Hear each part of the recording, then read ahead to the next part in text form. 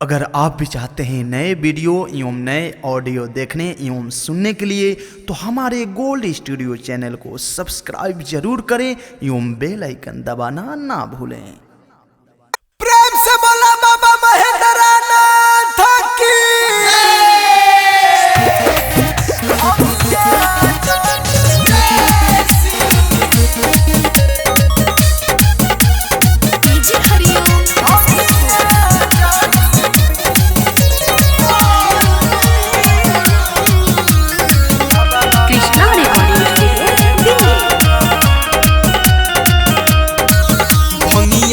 गोला काहे करनी पसंद भर सावन ही में डूबल रहे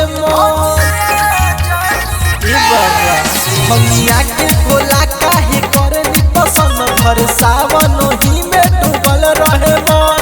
पूरी मिठाई नखनी मलाई एक बतली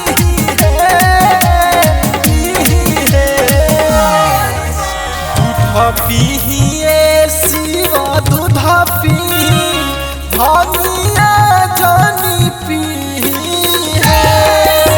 दूध पीहिए शिवा दूध पी भनिया जानी पी